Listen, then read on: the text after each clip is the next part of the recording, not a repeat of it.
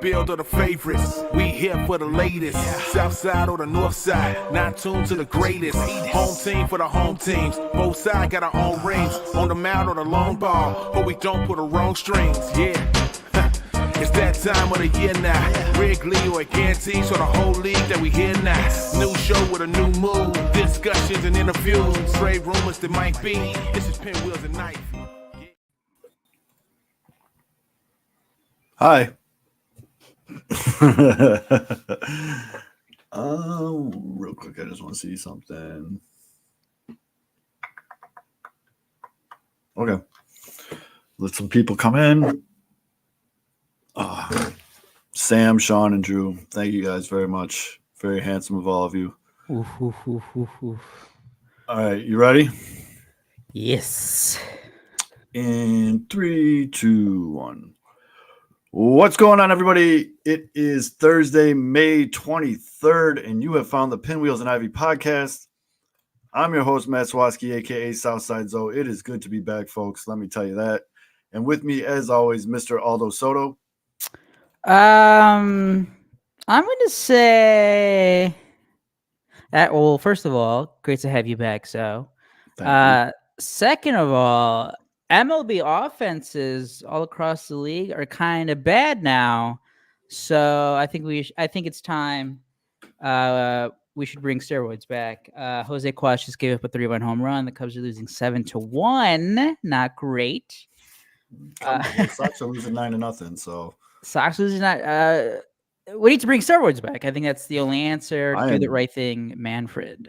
So in for that, like 100% in for Roy's being back. And let's suspend Paul Skeens for a couple years, maybe. Let's just make up a reason. That's a good segue. We got a lot. Ooh, we got a floppy mic. We got a lot to talk about. Check that out. We're not going to really go back 2 weeks because I missed last week. We're just going to. With some of the Sox news, we could do this show like once every month. It'd be the same news. Eloy injured, Yeah. Is it really his 23rd time on the 23rd? No, there's no way it's 20. No, it can't be 23. It's probably, it has to be like our colleague Shy Sox fan Mike, like Twitter searched Eloy left game, and he had 4 pages of fucking tweets. It's unbelievable. We're going to talk about that. Talk about Eloy. We're going to talk about what the White Sox should do from this point forward. What we think they should do. We're going to talk about where the Cubs offense went. There's a lot to talk about. Away like K-Fins. Yeah, it's going to be a weird show just because it's not like our standard, like, oh, this happened and then this happened and then this happened and then this happened. It's going to be about our quarter season crisis. Yeah, future, like what we're going to do. So all that and then some. Let's tap this keg. As always, the show is brought to you by Sports Mockery, sportsmockery.com. Make sure you download the app, turn on push notifications, get all the latest and greatest Chicago sports news as it happens in real time. Sports Mockery, sportsmockery.com. And also brought to you by Homage, whatever you want to call it. Hit the QR code in the top of the screen if you're watching us live, or go to the link at the top of every article on sportsmockery.com to get 15% off your first order. They're the goods, folks. They got a lot of good shirts, pop culture, sports, you name it. They got it there. I can attest the quality is fantastic. True to size, great selection. You won't be as handsome, but it will help you get close to as handsome as Aldo and I. So yeah, Homage. Go check them out. It's Homage, HOMAGE.com. Show some love to the sponsor. First and foremost, much love to my guy Lil Yumper, Little Zoe Golf Fun. That'll cover the kid goes. He just takes down bags of peanut M&Ms. That's how I bribe him to stay in the cart. Okay. M&Ms. Yeah, it works. It's like ET. Like with the Reese's peanut butter cups, I just give him the peanut M&Ms, and he also gets full control of like DJ duties. If Lozo sticks with it, likes to play golf as he gets older, at what age do you think he gets better than you?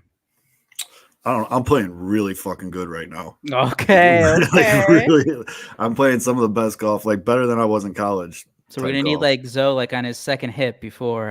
Yeah, I mean, probably it would be, I don't know, once you hit like 50, like you really start breaking down. So right, you're not gonna feel the same the next day after your Monday round. I'm gonna guess he's got me in about 10 years because he'll be 13, 14. I'll be in the. Oh, you got time. You got time. So I'm gonna have to whoop his ass as much as I can now. But yeah, no, that's how you keep him in the cart, man. I give him my phone and he controls the speaker because I got one of those speakers you put on the cart. So he just plays the music and he gets peanut M&Ms and he just chills. And then when he wants to, he pops out of the cart and he's got his own club. He comes out, takes a big swing, and it's cool, man. I like hanging. It's like a great way to spend 2 hours of no tablet or TV or any of that shit, and you get the kid outside, so it's awesome. Do you have him putting?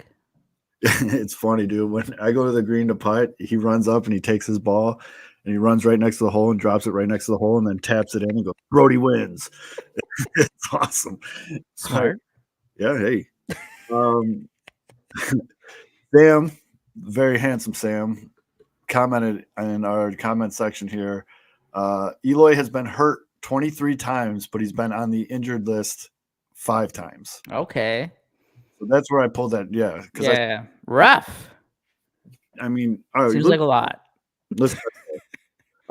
So basically, he's been taken out of a game 23 times. 23 times he's left because he got hurt. At some degree, he got hurt. Sports Genius 38, Caleb Rome, Kieran, and other Bears rookies will be at the White Sox game tomorrow. Oh, dope. That's cool. Nice. For all you White Sox fans there. Go show lots of love to the new boys for the Bears. The Bears. But yeah, let's talk about Eloy. This is probably it's got to be the worst time for him to be having a year like this. Yeah, for him personally, yeah. He needed, for him. I'm talking about him personally. He needed to come out this year and prove that he could stay on the field, that he can stay healthy, that he can produce at a productive clip, that the pop was still there. Not so much that he could play the field. I mean, I know there was rumblings of the White Sox running him out there to be like, hey, look, he could still play outfield a little bit. But and the reason, if you're not familiar with why we're saying this, is Eloy has an option that he needs to pick up. And not just one, though. I was looking at it again. I wanted to make sure. It's 2. It's 2. Oh, he's got 2. Oh, it was 2, and they're pretty nice pay raises. Yeah. So he basically, his original contract before like the club options was 6 years, $43 million. So he was getting like 6.1 a year, and that was 2024. This season was his last year of that, and the White Sox have 2 more club options. Mm-hmm. Next year for 2025, it was going to be worth $16.5 million with a $2 million or a $3 million buyout. So he can still get the $3 million. But then he still had another option that was going to be worth $18.5 million. Yeah, so I got it up now he's too. He's losing out. So he's going to lose $30 million. Yeah, basically. Oh. Yeah, he's losing out on like $32 million. No one's picking that up. No one's. He's getting Tim Anderson at best. I had my guy Ben on Twitter make that video of Shaq holding it up going, "Ding how," because he's probably going to play ball overseas. I swear to God. And you know what? He's going to have a great career over there because they love the dudes that can hit bombs. Well, that's a White Sox special. Everybody's guy. Didn't Dion Vicieda do that? I was just gonna say that he's gonna go the same route. It took him a little bit longer, but he's gonna go the same route as Dion Vicieda. I would literally probably bet money right now he's playing overseas next year. No one's paying even $5 million a year. No, for a dude that can play 20 games a year. No, that's the part where like this dude just keeps getting injured. Like I can't believe it, man. We were talking about a few weeks ago when like he's basically had after 2020 because he got hurt that year too, but he was like great that 60 game season. But since then, he just keeps getting hurt. The power, and that was the big thing. Because let's say this year, right? He like looks good, but it's like, oh, he gets, he keeps getting hurt. But like, hey, his power's back, right? It's like, oh, he's on the injured list, but look at him. He already has 10 home runs in like 30 games. Yep. You can at least you can sell. A GM can like trick himself in being like, hey, we get like one season of this guy and he's healthy. We're talking about a guy who plays 130 games. He'll hit us 30 home runs and he's gonna be cheap. But like now it's like, well, even when you are playing Eloy, you're hitting like 230. You're not really hitting home runs. You'll get hot for a week, but that's about it. And then you get hurt again. And if he's not hitting home runs, he doesn't hit. It's not like he hits doubles or anything else. He's a DH only. He's a ground ball guy too. Like if he doesn't hit home runs, he's hitting ground balls. His ground ball rate is atrocious this year. I mean, I saw the other day, Beefloaf got excited on Twitter. He's like, Eloy hit the ball in the air. Like it's at that point. Like I'm dead serious. Like I was pretty right about what I said about Tim Anderson, what was going to happen with him. I was 50-50 on if someone was going to pick him up, or if maybe Eloy and Tim will be on the same team next year. Maybe the Marlins just end up getting all the ex-White Sox. No, I'm talking about Tim as ni hao. Oh, because Tim is not good this year either. Yeah, Tim's terrible this year too.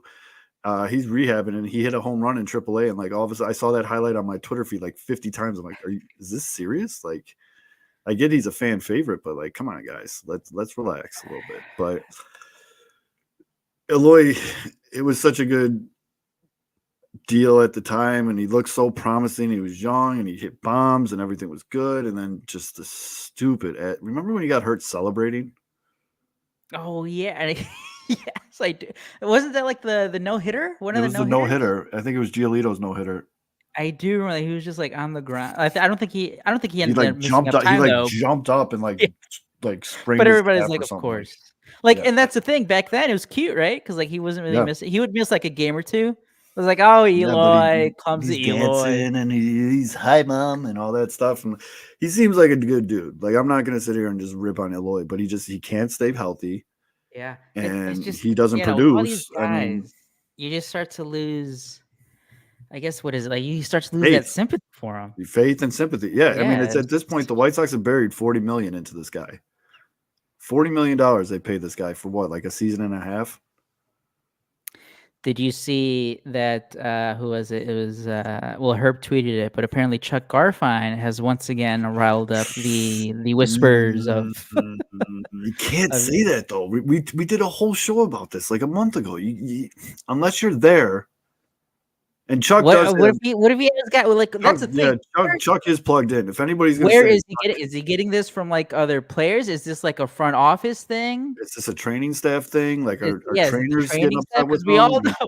I mean, everyone's basically trashing the training staff. For those of you that don't know, Chuck basically came out and said that Eloy's not preparing himself for games, and that's why he keeps getting hurt. Which was also a previous rumor last year. Our boy Herb tweeted out like that's a kind of a shitty thing for a reporter to say. And that's what I agree with. Like we talked about that when someone wrote in the comments a couple weeks ago, they're like, I don't think he even tries. It's like, no, dude, for $30 million, he's trying. But to say he's not prepared for games or preparing for games, that's a pretty bold thing to say. And I don't think Chuck would say it unless someone said something to him. I don't think Chuck would just throw that out there. You know what I mean? Like, and that's the crappy part, that it's like not the first time you've heard that. That too. So I also got a little info from our friends over at Tick Blitz, TIXBLITZ. The White Sox are offering $18 outfield tickets tomorrow when Caleb Williams and the team visit the Rate on May 23rd to throw out the first pitch. They're playing the Orioles. So if you want to go, 18 seems high. But I was gonna say, I think maybe you can find some cheaper tickets also. But hey, you get to see a good team, the Orioles. Yeah, you get to see the Orioles. You get to see, you get Caleb and the boys. So thank God, because a lot of your Cubs fans were out there when they went to the Cubs game first. Like, look at, they chose the right team. It's like, they're gonna do both teams, you idiots. You fucking morons. But so I don't even know if Eloy's gonna play again this year. Like I know they only put him on the 10-day, but Yeah, like I don't even know. Did they even say how serious it was? Or just like Eloy just they put him on goes the to 10 days. Oh, Tommy Pham home run. There you go. Just got that notey. All right. He's been like the one. Yeah, I just got it now too. He's Solo been great for the fantasy team. Shout out the fantasy league. shot. Solo shot to make it 9-1. So I wanted to ask you. Well, hand up. I have not been watching as many Cubs or as many White Sox games this Which is year. I don't blame you. There's White Sox fans that don't watch a lot of White Sox games this year.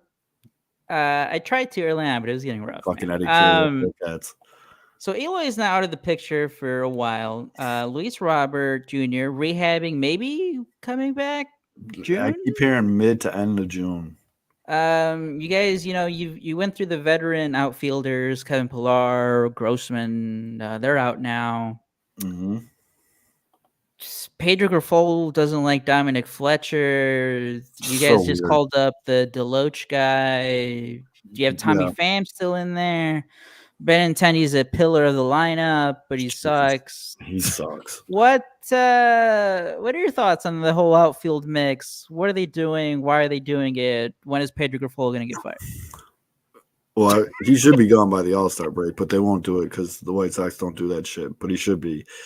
So it's not just the outfield. Let's take a step back. I think we've seen enough. I've seen enough of this team.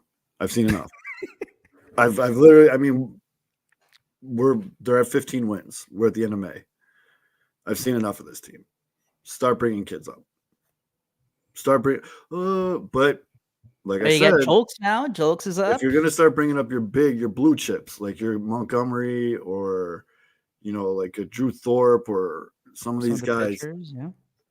You need to get Pedro Grifol as far away from them as possible. I'm going to let that sink in for a minute. I'm doing silence for emphasis. Get him away from this team. There's a picture that just came out tonight after Nick Nastrini got lit up like he stole something. And Pedro's like leaning. He's sitting on the bench, and Pedro's leaning over him with like two hands on the wall, like talking to him. And someone captioned it, "The look you give your dad when he's telling you he's not mad, he's disappointed." And Nastrini just looks like he's saying like, "Fuck you, dude. Like, get away from me." But no. No, that's actually Pedro Grifol is just the awkward, trying too hard to be nice stepdad. Yes, yeah, he wants. Like, that's who he is. He's trying so hard to be cool and he tries to discipline you, but you're like, fuck off, dude. I don't. Just get away from me. You're not my real dad. Just go. Yeah. Away. Is it Dennis Leary and Sandlot? Yes. Yeah, it's Dennis Leary and Sandlot. But like worse somehow. That's where I'm at, though. I want to see some of these kids get up because they're having success. Brian Ramos comes up. He's playing good ball until he gets hurt. And hopefully after his rehab, he's back up. Because that kid, which does sound to be quick, because I think he went on the IL, but then like right away they're like, oh well, he's starting his rehab like right now. Yeah, he's already playing in Charlotte again. Yeah, and that's good. Again, Brian Ramos, my guy, and it took a while for me to find a guy, but he's been playing good. They bring up Cody Jukes. Traded for him, Chris Getz. Yeah, scout of the year, Chris Getz. Cody's looking good. Robs a home run, hits a home run in Yankee Stadium in the same game. He's 4 for 10 or whatever, but now Pedro doesn't play him. He's such an asshole. Well, you got to play Zach Remillard. Yeah, you got to get Zach Remillard his fucking at-bats. Those precious Zach Remillard at-bats. Zach Remillard and Pedro got a thing going on. I don't know why he doesn't like Dominic Fletcher. I don't know what's going on there. That's wild to me that he won't play him. And unfortunately, to me, there's no escape from Andrew Benintendi. There just is none. Like you're locked, and he's just terrible. So like after the two, there's still three more years for Benintendi, and they won't buy him out. They won't do that. I know we've talked about it before when the White Sox were, contending, and they got rid of Keuchel. They had to eat the rest of that money. They got rid of, it wasn't as much. Adam Eaton they cut loose after a couple months when he was bad. But again, that was a lot smaller compared to what you would have to eat on Ben. Is there any chance? Exactly. I don't think so, and that's the problem. I don't think there is, and that's why I feel like we're married to him. Because he is just such he's terrible. He's like a problem. Out of hitters that qualify, he's either the last or he's bottom 3 in the league. He's terrible. Yeah, and that's the main issue is that he is signed to that contract. Because if it's anything else, it's just like, dude, you're out of here. Please leave. But it's like we still owe you $40 million.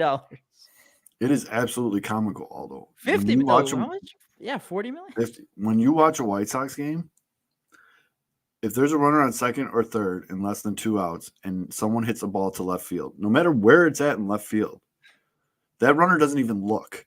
They tag. He can't throw anyone out. Like it was a joke. Like, oh, noodle arm. Ha ha ha. Oh, White Sox scored again. Paul DeDong. Sacrifice fly. Let's go. He can't throw anyone out. Like, guys that are slow as fuck are tagging from second to third. He's in left field. I did see that. I think it was Monday's game in Toronto when someone tagged up on him, like on a fly ball to left. When they're running from second to third on the tag, they don't even look into left field. They're not even looking where the throw is because they know that he can't throw them out. He has a little league fucking arm out there. Okay, all right, so maybe he can't throw anybody out. There's other things. No, he's the worst hitter in baseball. Can't hit, can't throw. His regular outfield defense is bad. He hasn't hit for power like in 5 years. It's I don't get it. For that guy to be the guy that they give the money to, just absolute wild to me. But Grifol should be gone by the All-Star break. Now, if they do the right thing and they do get rid of Pedro Grifol, open that fucking door. Bring up Montgomery, bring up Thorpe, bring Ramos back, bring up Nastrini, Iriarte, just bring them all up because, like I said, I've seen enough. There's like 5 Major League Baseball players on the White Sox right now. Not good. Yeah, I'd say. And even the guys that Gretz, that was the other thing. That's still, I do think Chris Getz does have a couple. Obviously, he has a couple good signings here. Fetty has been great. I think he had his first bad start, right? Toronto. It wasn't even that bad of a start. He just had like a shitty inning, but he came back. Yeah, like and he still pitched like 5-6 innings. Like he wasn't like awful. But yeah, like I don't know, like the whole Clevenger thing, the Brad Keller, and like Keller's DFA'd now. I've never seen White Sox Twitter come together so quickly for when Brad Keller got DFA'd. It was like a beautiful, like I had like, like that old video, like when the Indians looking over his land and he's like, white man trashed it and that single tear rolls down his face. That's how I was looking at when Brad Keller got DFA'd. Yeah, I was just the single tear rolled down my face. It was just such a bad move. And then, like with some of the guy, I especially think some of the older guy or the older prospect guys, or guys have missed time because of injury. Like Nastrini, he's had 2 terrible starts. He had a bad start Wednesday against the Blue Jays, but like this is one thing I was saying last year with the Cubs and their first base situation. It's like, well, bring up Matt Mervis. If he sucks, well, he sucks. At least you get you answered a question, right? Nick Nastrini, like that. If he keeps sucking at AAA, you're just never gonna know because guys struggle all the time, but like you're not gonna know until like they're up, right? Like Brian Ramos, remember we were talking about it? He sucked. Terrible numbers at AA, comes up, hits great for 2 weeks. It's like, okay, this guy's talented. He can handle himself. He looked like a great pro. And the same thing with Nastrini. Nastrini might suck, but okay, give him 20 starts to see. Like, hey, did you get any better? Did you learn? Did you adjust? Did you stop walking 5 guys, per like every one of your starts? That dude's got to stop with the leadoff walks. But I want Brian Ramos. Don't kick. Kevin always say this. Don't kick the can down the road to like, we'll find out. Next year because then if he sucks next year, then you just wasted another year. Fitz is smiling in Rome right now. He doesn't know why, but he's smiling. He's probably sleeping. But I want Ramos in the lineup every day. Him, And Corey Lee. Like, there's no reason Corey Lee Yeah. shouldn't be starting like 70% games. 80. I know 90. he's starting more, but Yeah. starting him even more. But I mean, guys like Jolks. Okay, Jolks is a good example of it. He had some good games. Kid's catching a little bit of fire. You know, he's got a little heat behind him. Let's sit him down. Because we got to play the matchup. Fuck I'll out of just here with never this get matchup bullshit. That shit doesn't fly anymore. This isn't 1978. You don't have to do lefty righty and all this bullshit anymore. That shit's done. Like again, it's like Benintendi be like, hey, dude sucks. He's gonna get paid anyway. You're not trying to. It's not like, oh, we need to get him going because like we're gonna need him in September. Like it doesn't matter. Sit him. China. Bench him. Who cares? Yeah. I don't understand why you traded for Dominic Fletcher and you're just not playing him. It's so weird to me. I just don't understand that quote. I don't understand any of it. I don't get any of that shit. But the bright side of all of this right now. Yes, exactly, Yump. You've won 15 games. Play the hot hand. What do you have to like? That's what I'm saying. What do you have to lose? I've seen enough of this loser ass team. I don't need this shit.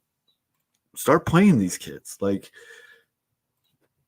the good thing that White Sox fans can kind of be somewhat excited about, besides, you know, the tailgates that the bums throw and seeing your friends and shit in the bleachers and stuff, is the farm's cooking.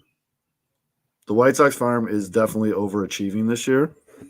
It's been very great to see. ESPN just put out their new top 50. Colson Montgomery was number 8. That's up a spot from 9. Who else? Oh, Noah Schultz made his debut at what, like 20 something? Yeah, I think he's barely 20. I don't think he's 21 yet. Yeah. Oh no, he's 20 years old, but where was he on the list? Oh, 19. He's up to 19 now.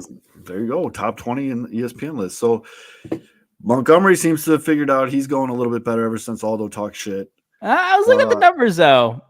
I thought so too. Better. It's a little bit better. It's tricky. I have no idea. But that's the other thing. That's what I was telling you. This is like when I talk about prospects, I try to watch them. Yeah. But like, when you're not watching him and you're just going off like numbers on a sheet, like maybe he's hitting the piss out of the ball, but that, you know, it keeps getting caught. I have no idea. But like, I mean, he's got 9 hits. We saw with Ramos. Who the fuck knows? He's got 9 hits in his last 10 games. I'll give it to him. He's hitting the ball. Okay. But yeah, no, you're right. The Ramos thing throws everything for a loop. Like Ramos looked like dog shit in AA, but he comes up to the pros and he's doing his thing. But Noah Schultz is looking good. Drew Thorpe is looking fucking fantastic. Edgar Quero is doing his thing. We already talked about Ramos. Samuel Zavala is starting to hit a lot. Jacob Gonzalez. Now that's the kid that they drafted from Ole Miss. And remember, I kind of doo-dooed all over him at the beginning of the year. Jacob is putting together. Who I believe Ian came on here and was talking about it. But yeah, Jacob changed his swing, and it's showing. He got promoted. He's in AA now. In his last 10 games, he's got 15 hits, 9 RBIs. He's not hitting for a lot of pop, but I mean, he's starting to look like the kid that they drafted. You know what I mean? Like the kid right now, his line is 284, 371, 405 with an OPS of 776. And that's in 148 at bats. He's got 3 homers, 16 RBIs. But the nice thing here, too, is a nice little 19 walk to 19 K ratio. He's got 7 stolen bases, but his average last year was 211. He's hitting 284 this year, and he's playing at a higher level now. And I do always worry with those guys, the college bats. Yes. I worry when it's like, well, like eventually you're gonna have to hit for some power. And he does have the 3 home runs, so it's not like this guy is just like, you know, a singles hitter, but right. But once he gets up, it's hitting, like, right. I'm good with that. The fact that he's even hitting, I'm happy about. But it's definitely a big step up from where. Yeah, no, I remember last year looking at his numbers at the end of the year, like, holy shit. Yeah, he looked like a huge bust, but he apparently he completely changed his swing. Whatever, and he's hitting now. Nastrini, 1 good start, 2 shit starts in Major League Baseball. You know the stuff's there. I think a lot of it's between his ears, but I think he'll figure it out. The other one that's balling right now there's 3 more guys that are really playing really good. Is Yero Iriarte.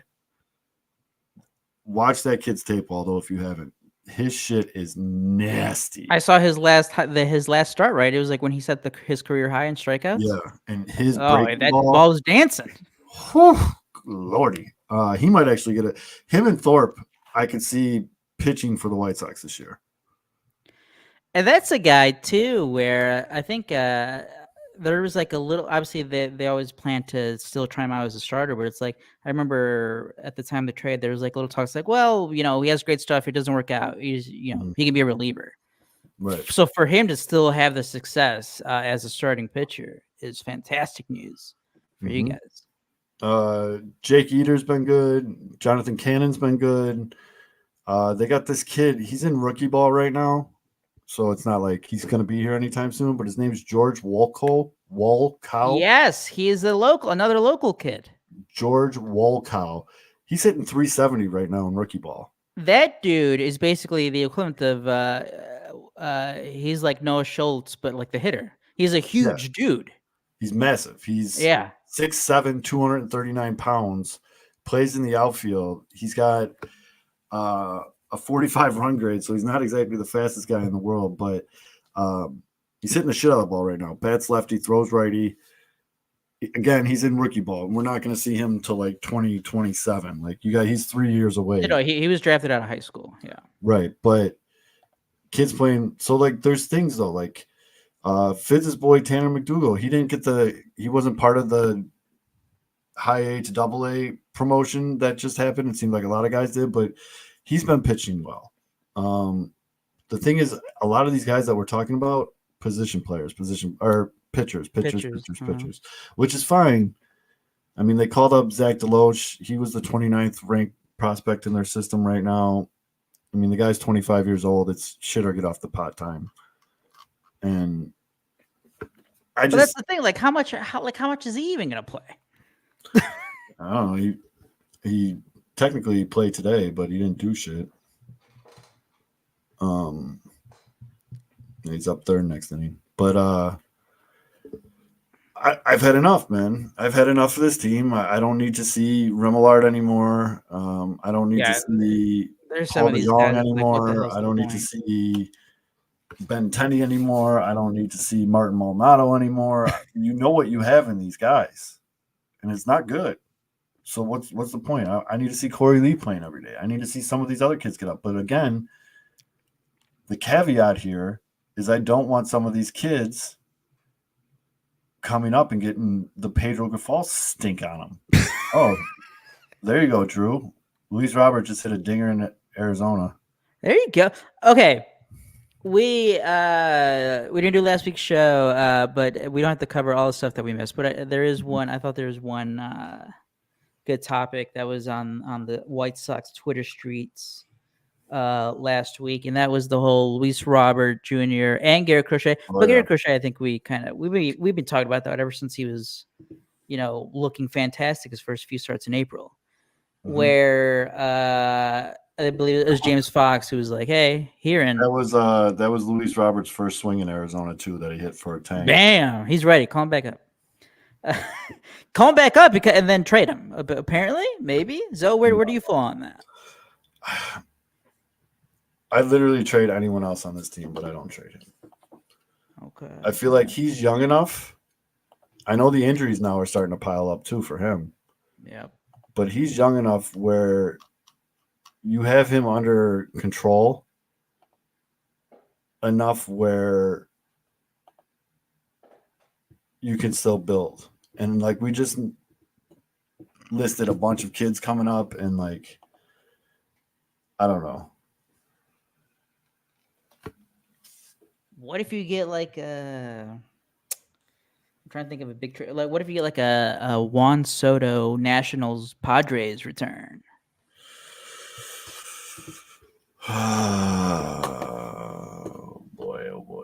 It's tough though, because you're right, dude. Even after this year, he's still under contract 25, and then he has the $20 million options for 26, 27. That's 3 more years. That's what I'm saying. Hold on, I'm gonna share my screen real quick.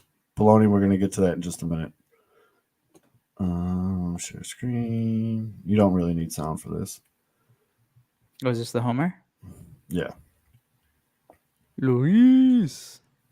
It's gonna be. I think that's the broken window I just got. Luis Robert here to fucking home run into my house. I have to get on the insurance with that. Can you still hear me right now? Because it's saying it's Yes. not responding. So I don't know what's going on with that. So whenever this decides to respond, we will do it. But for a $5 super chat, Baloney wants to know, what would the Pedro Grifol stink actually smell like? Please be descriptive. Oh wait, it's working now. What's that brand of taco seasoning? So there you go. There is our young stud, Luis Robert, back in the plate. I like where the hands are. Everything looks normal. Everything's looking good. Smell you later. Oh, yeah. And he just knew it right away. Put his head down and just ran. By the way, imagine being that pitcher and, you got it on your calendar. You're it's like, I don't know if this is still extended spring training or just like complex ball.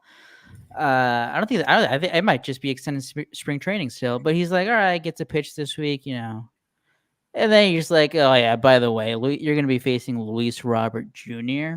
Looks fine. There's no limp in his run. There's no anything. He's running fine. Well, I think that, like we mentioned earlier, Eloy's problem is that he doesn't hit home runs anymore. He always has to run hard now because he's just on base. Even when he does get a hit, he's on base, so he has to try when he has to run. Bam! Sorry, all. I'm just showing. This is making me happy. Bam! It's hard, my dude. You got Paul DeDong hitting home runs for you. Just fuck out of here. I'm good on him. I'm good on this whole team, dude. Has Nicky Lopez grown on you? I know he hasn't grown. I just don't mind Nicky Lopez. Okay, hey, that's a step up from where we were a couple months. He's just there. I mean, he doesn't do anything that offends your baseball. Batting stance, though, he's like so hunched over. It's like the old RBI baseball, like the little guys in RBI baseball. Like, yeah, it was weird, dude. All right, let's get to this though. What would the Pedro Grifol stink actually smell like? Well, we said he smells like a stepdad that tries too hard. So what does a stepdad that tries too hard smell like? Like aftershave. Like aftershave mixed with like spearmint gum, because he's always chomping on the gum.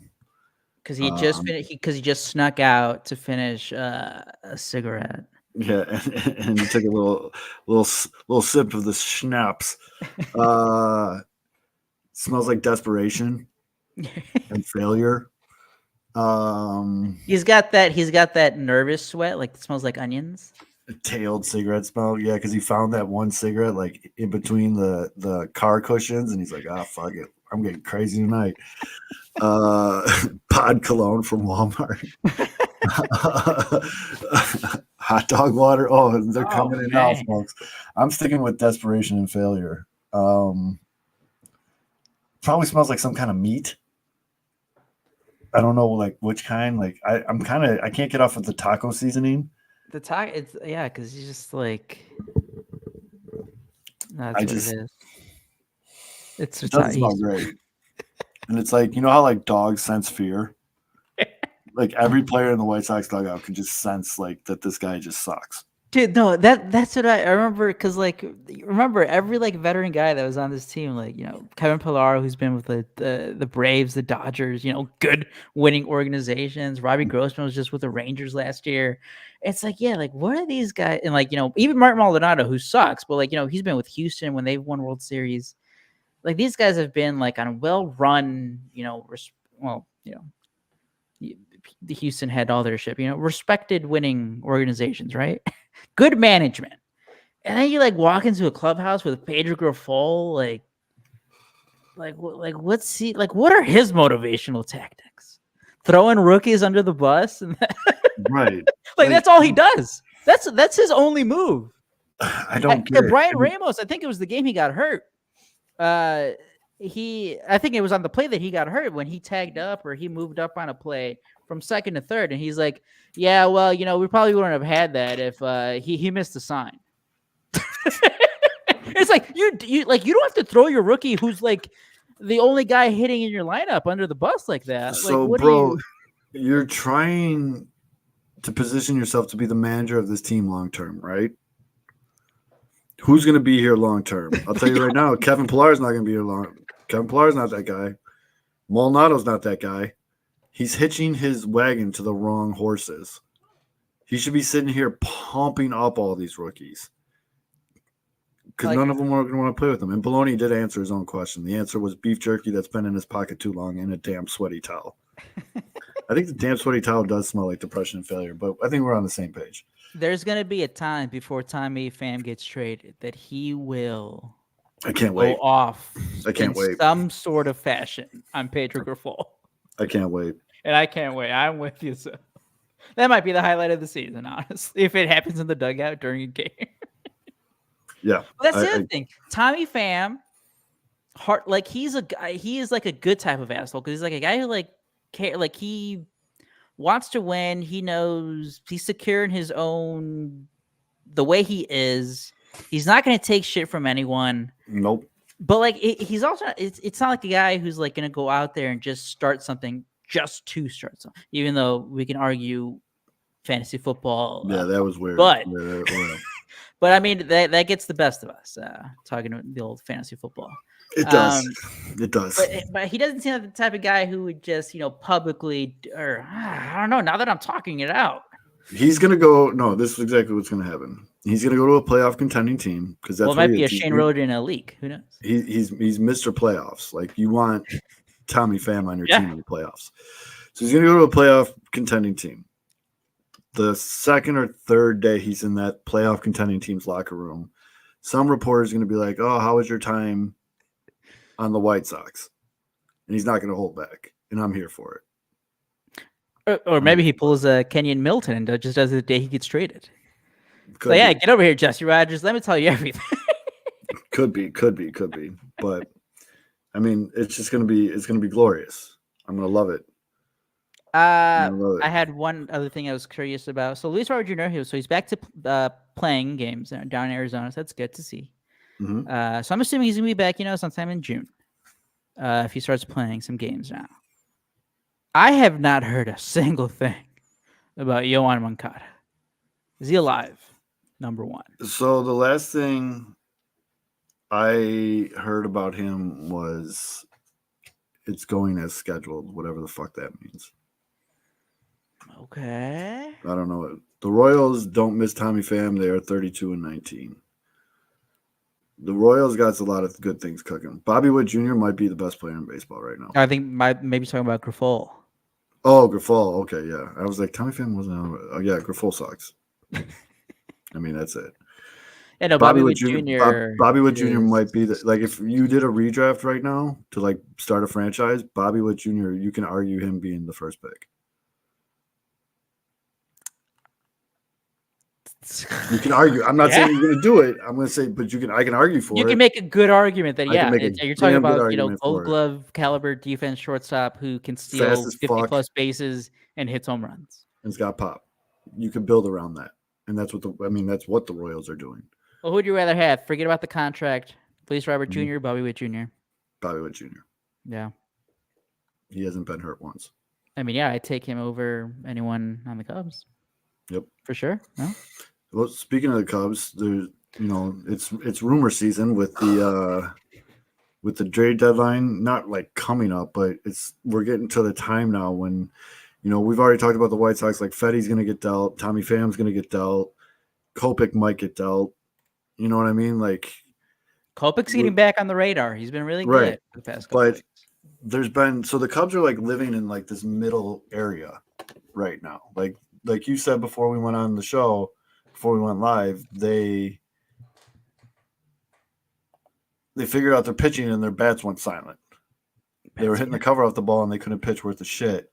But here they sit in second place right now in the NL Central, a game and a half behind the Brewers. So they're in a position, though, where they can make these moves to help them, keep going here. And the first names that are coming up now are Vladdy Jr. or Bo Bichette because the Blue Jays have been vastly disappointing at 23 and 26. They're 10.5 games out. They're not going to make the playoffs this year. Yeah, no, they're brutal. So They're I in guess last place in the East. Yeah, go ahead. I guess my question to you is, and it's the title of the show. Like, if you had to pick one, which one are you taking? I know which one I'd take for the Cubs. Ooh, I'm interested here. Well, that's the thing. So, well, you got to right away. If you take Bo, he's playing third. well, that's the thing. I don't even know if he's good defensively. Would he? He's good at short. I mean, he's fine at short. I don't know think if he play is. third. He's not. I don't think he's been. Or I haven't watched a lot of Blue Jay. I don't know if he is or not. But that's he might just I be remember, he might just be like a TA. Like his highlights are dope, but like his maybe day to day sucks. But because I remember when Kevin had when he had the birdies and then the birdies ended up being right. Back in I think it was December, January maybe. When it's like, maybe the Cubs give the Blue Jays a call, or maybe there was some sort of somebody brought up, Bo Bichette. It's like, okay, and that's when the Cubs still were unsure. They weren't fully committed at the time for Christopher Morel at third base, so they were exploring, whatever was out there for him. But I'm with the Emperor. I think I'd go Vladdy, and I'm not really a huge Vladdy guy. The answer to this question is Vladdy. You need a first base because like the Cubs need he can hit at least nukes. At least some power threat now, and someone who can back up at first base. Because Michael Busch, we were all about him in April, but yeah, damn, the dude's been bad for a while. And that's the thing; it's so hard. It's so hard to like pinpoint it on any one guy, because it's been the entire lineup. Guys have been hurt. Dansby Swanson missed, almost 2 weeks. Nico Horner didn't play for a week, but didn't go on the IL. But he missed that week. Seiya Suzuki missed the time with the oblique. He's been back, but he hasn't looked that great. Christopher Morel has gotten unlucky, but it's like, the numbers are okay, but they're not good. Ian Happ is like on the worst slump of his career, or at least in a long time. He's been terrible. It's all these guys that you expected. So even beyond Michael Busch, Michael Busch, rookie, first time getting everyday starts, right? So like I'm gonna give him some slack. I'm gonna give him a pass for like not being like a great hitter right away, or being a consistent member, because you're supposed to have 5 or 6 guys around him who are supposed to pick up the slack, and they're just collectively not. Cody Bellinger's been the only guy who's been hitting, but then he goes in a mini slump, and the Cubs can't score anymore. It's brutal, man. I have no idea. It would be Vladdy, because I think he still has another year too. Under control, I think. So, Bo Bichette. And that's the thing. The Cubs have the pieces. They can trade. They can make trades. They have the farm system to do it. Bo had a really tough start of the season at the plate, and he was in like this massive slump recently too. The White Sox will cure that shit for Welcome up. a lot of people. But right now on Fangraphs, he is a minus 5.2 offensive WAR. A 1.3 defensive WAR, to give him an overall of a 0.2 WAR, B WAR.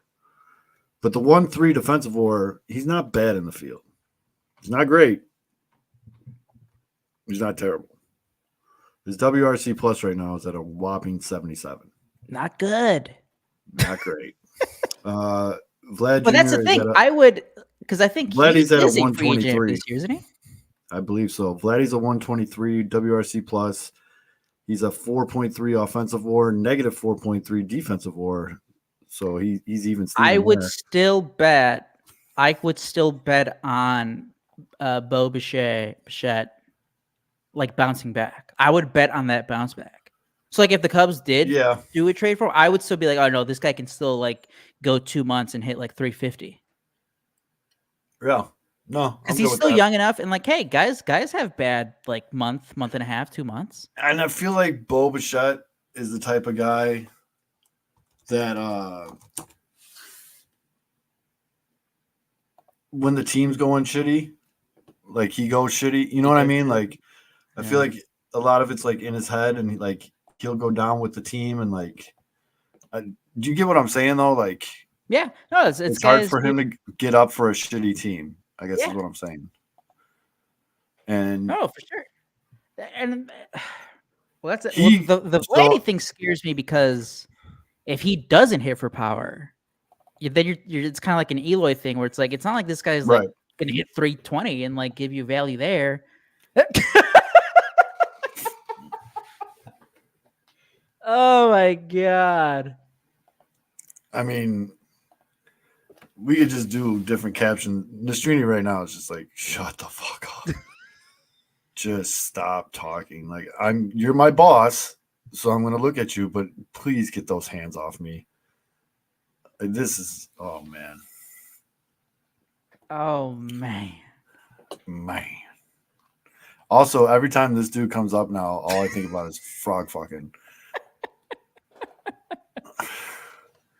And hey, our shit talking works. Didn't you guys beat Cleveland 3 out of 4 that weekend? Yeah, and he fucked up. Like he came up in like go. 3 key spots and just It's like one of the first times that we didn't reverse jinx ourselves talking shit. Yeah. Go crazy.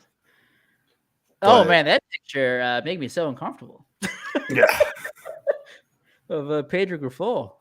And like that's the thing. You're like a rookie. You're up for the first time. Like you're not gonna be like, hey man, can you like not like hover over me with your like corner me with your fucking hands on my shoulders? Oh, God.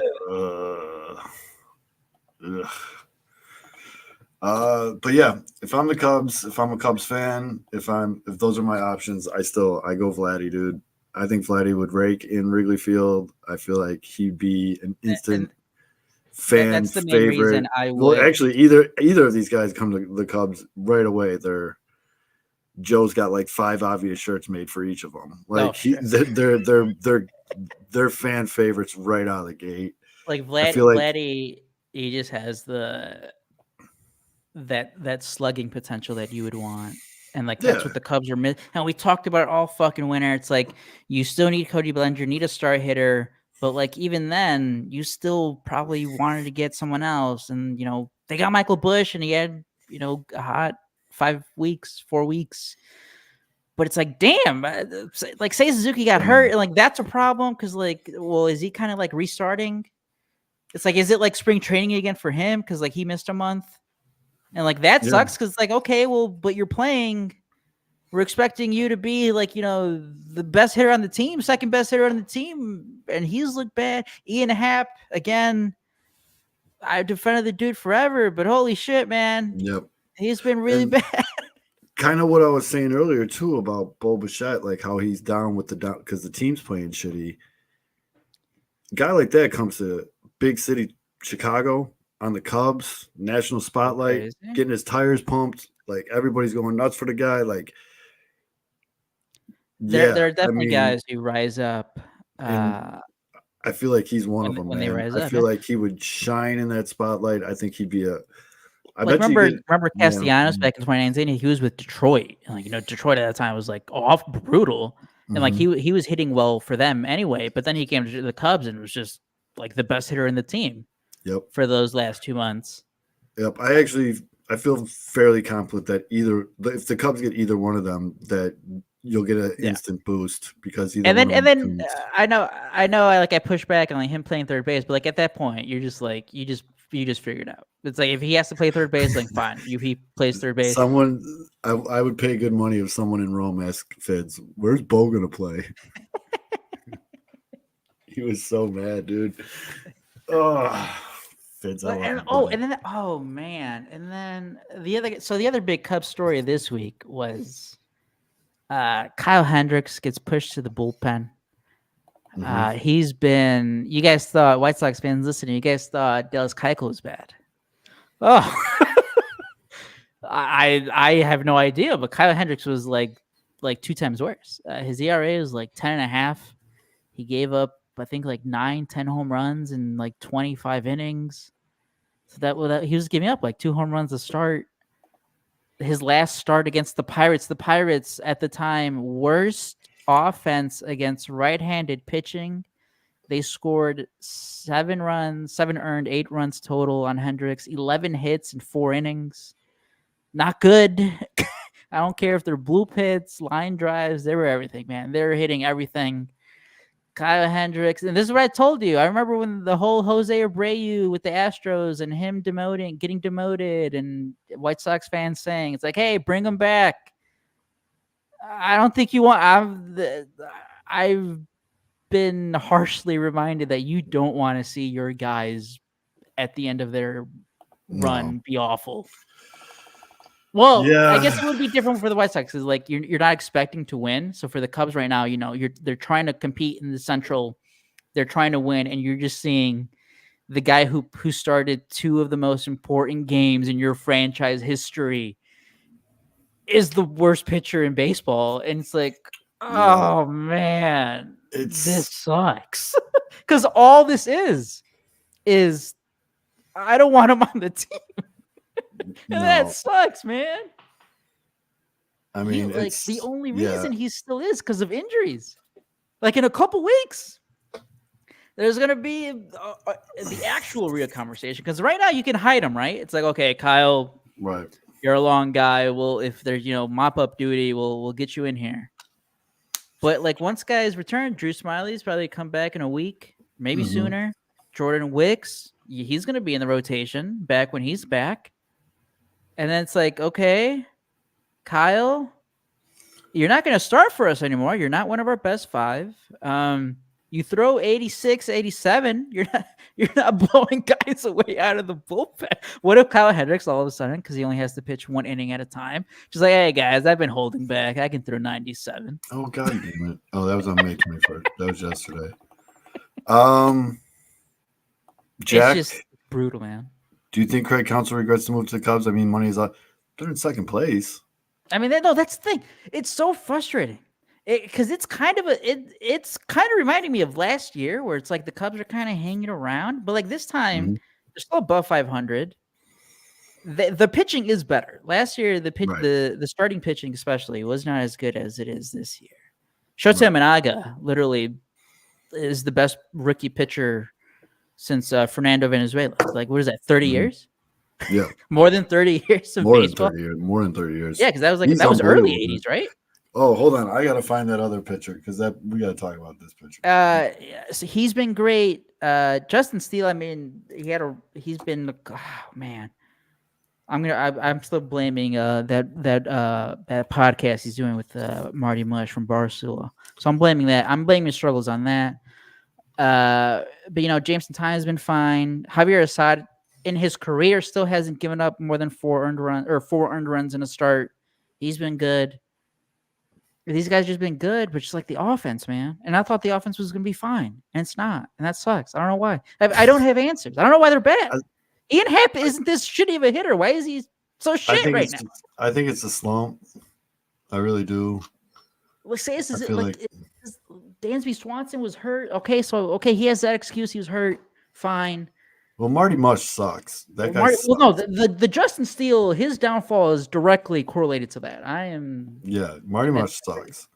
I've never been a fan of that dude at all, and yeah, I'm not a fan of that guy. The Cubs traded for a feel-good story. Tyson Miller. He was one of their prospects. They drafted him in 2016. He only pitched for the Cubs in 2020 like 2 times, and then he's been bouncing around the league. They trade for him back from Seattle. He looks fantastic. Hayden Wesneski, Ben Brown, they're using them out of the bullpen because they have their other starters healthy now. So that's kind of fixing up the bullpen, but it's like none of it. They win 1, lose 2. I'm not overly worried about the Cubs. To be honest with you, I think they're going to be fine. That division's kind of cheeks. I'm with you. I'm with you, Zoe. It's just frustrating in the moment. Because they haven't won back-to-back games since Cinco de Mayo. It's been 3 weeks of like. I will say they need to make a move. They need to do something at the trade deadline. They need to add a bat. And that's the thing, dude. Oh yeah. That shit was hilarious, dude. Short King. I mean, all the memes that came from this are hilarious.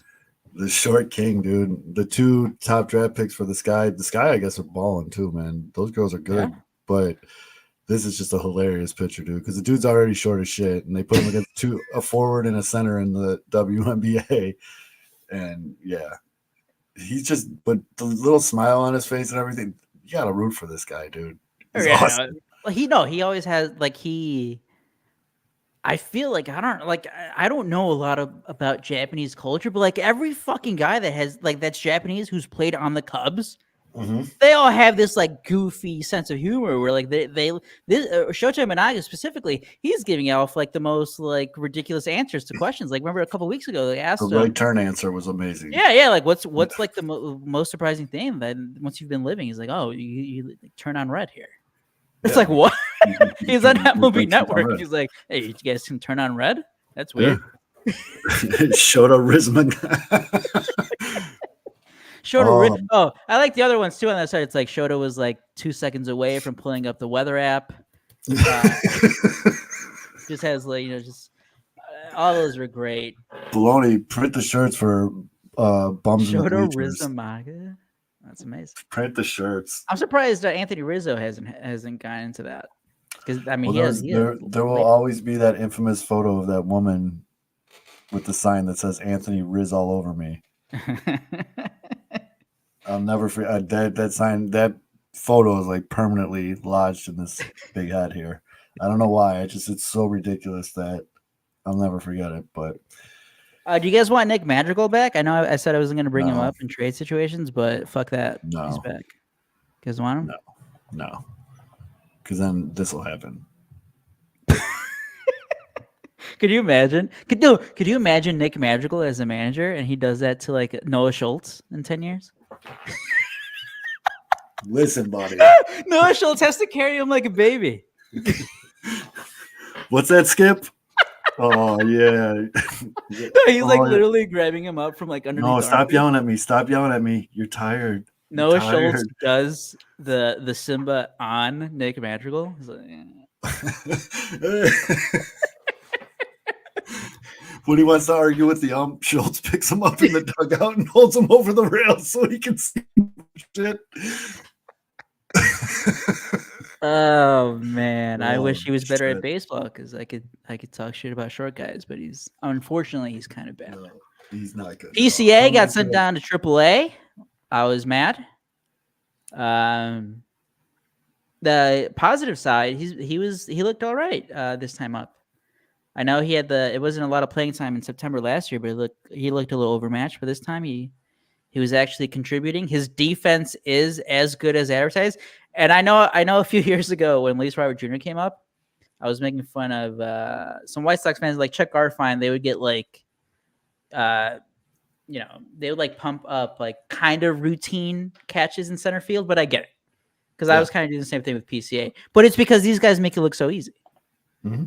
I think he played like 20 games maybe. He had like 60 defensive runs saved.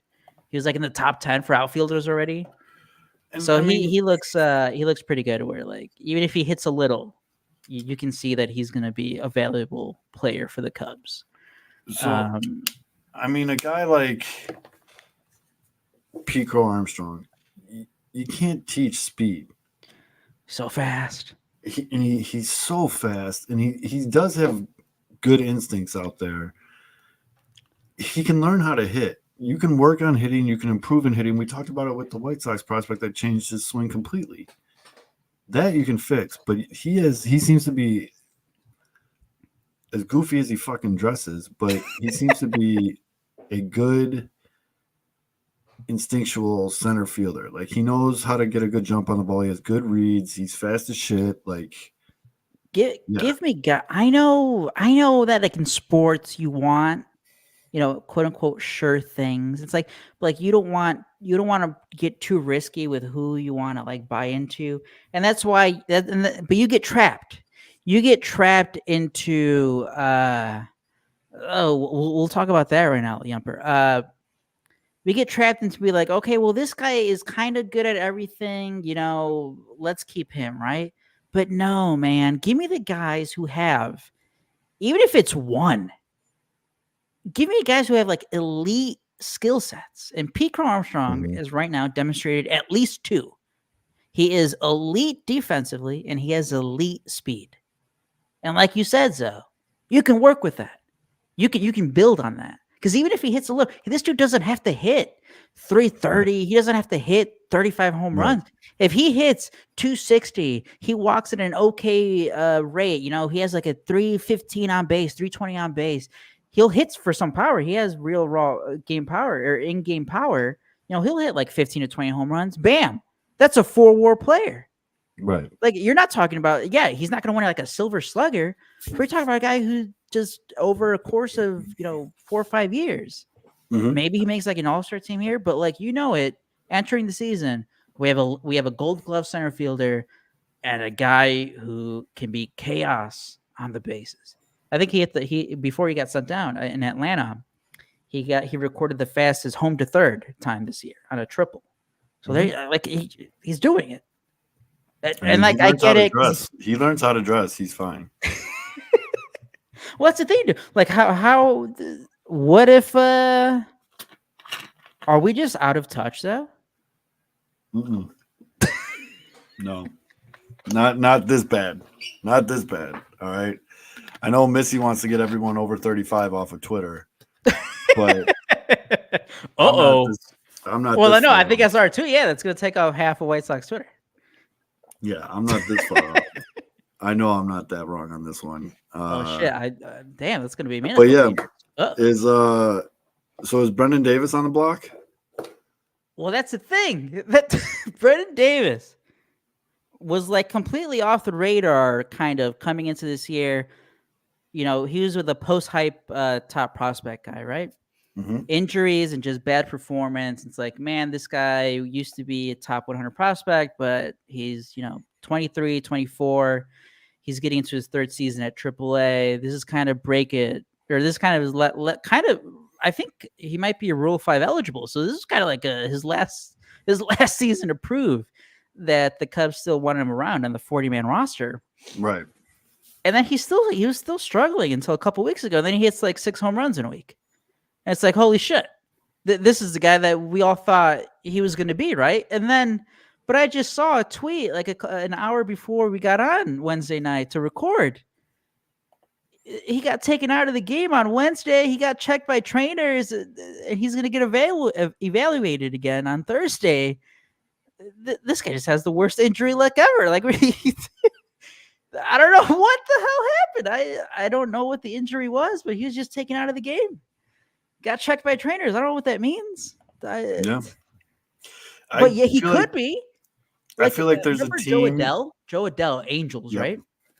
It Fast kind of reminds me of him because that guy seemed like he was going to be like, clear-cut, good prospect. But he got his chance in the majors, and he sucked. Yeah. But I think now he's playing every day for the Angels. I think he's okay, maybe. He's another guy, though. You can't teach speed. He's fast as shit.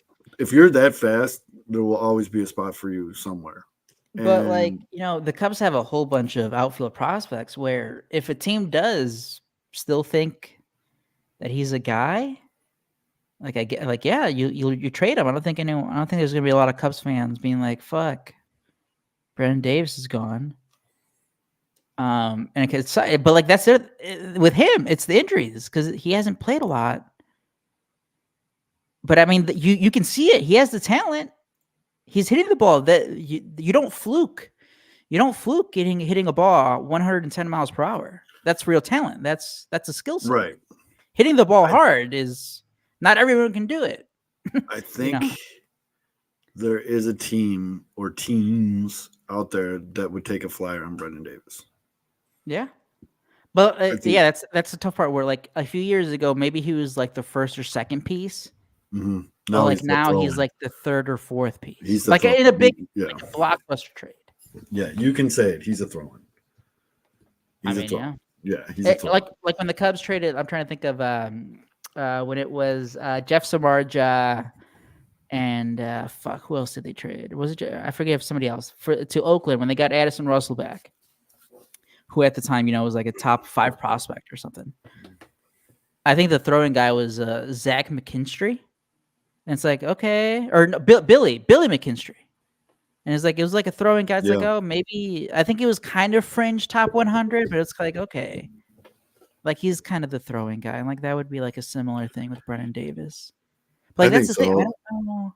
Like, would it be for what? Like, is that what the Blue Jays want? Like, is he like the second, third piece for Vladdy? Because like you have to give up like James Trey and Toast. Like I don't think you give up. I don't think you're giving up. You're not giving up Kate Horton. You're not giving up PCA.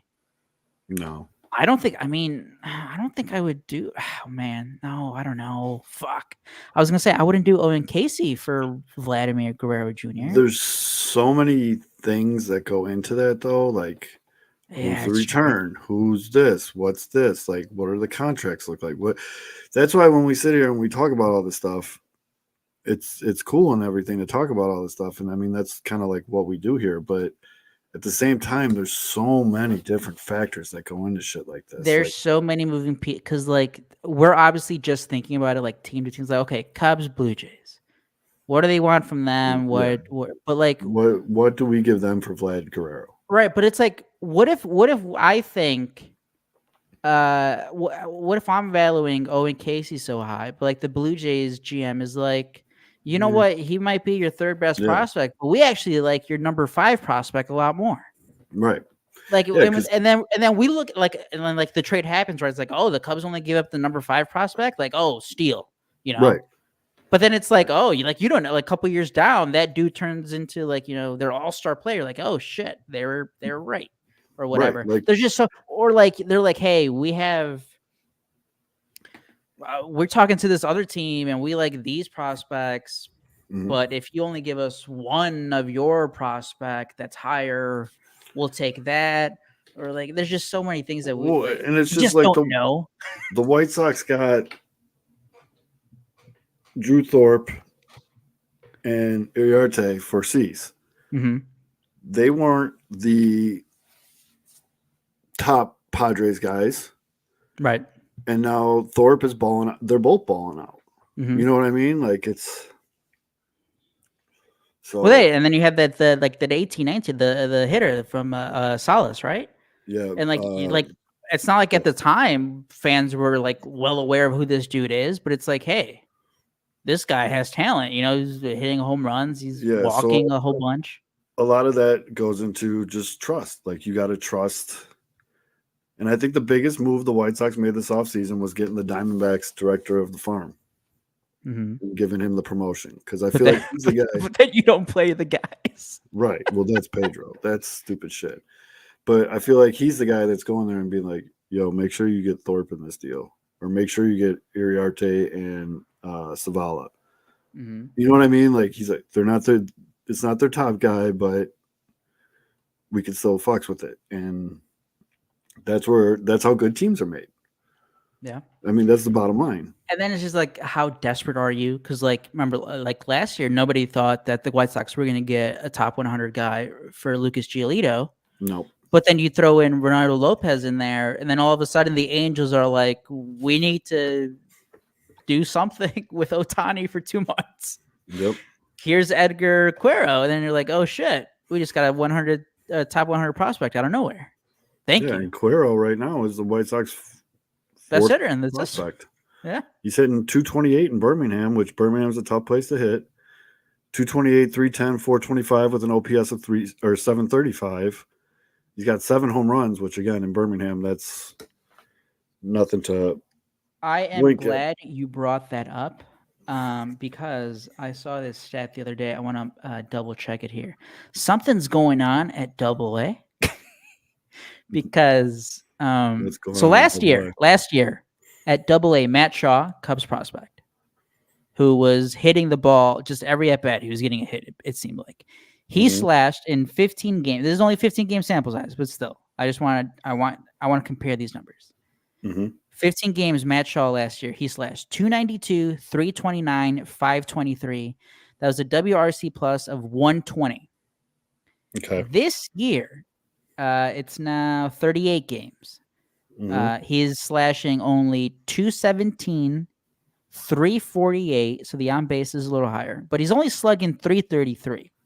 So the numbers are down. But we got dead balls. But that's still a 115 WRC plus. So it's compared to league average, he's still like pretty good. What the hell's going on in the league that the offense is so bad that is like an above average slash line? Something's goofy. Something goofy is happening at AA. You think they got dead balls? Because that's the thing. Last year, they did it at AA where they gave the because you know how there was the whole spider tag thing. They like we Yep. can't have that shit for pitchers anymore. Right. So at AA they had the MLB or base. I forget who. Well, I think it's Major League Baseball. They're trying to invent their own product or something. So like, they're like, hey, we're using these balls that are covered in our own whatever goop, our Rod Manfred goop. This is only use pitchers, and they use that for half the season. That sentence sounds kind of bad. They use that for half the season, and the numbers. I remember like Ben Brown looked amazing at AA. You know, he had like 20 strikeouts to like 2 walks, and then he got to AAA, and you know he was walking guys now. He didn't have the same grip on that ball. And like the number guys were striking out at crazy rates.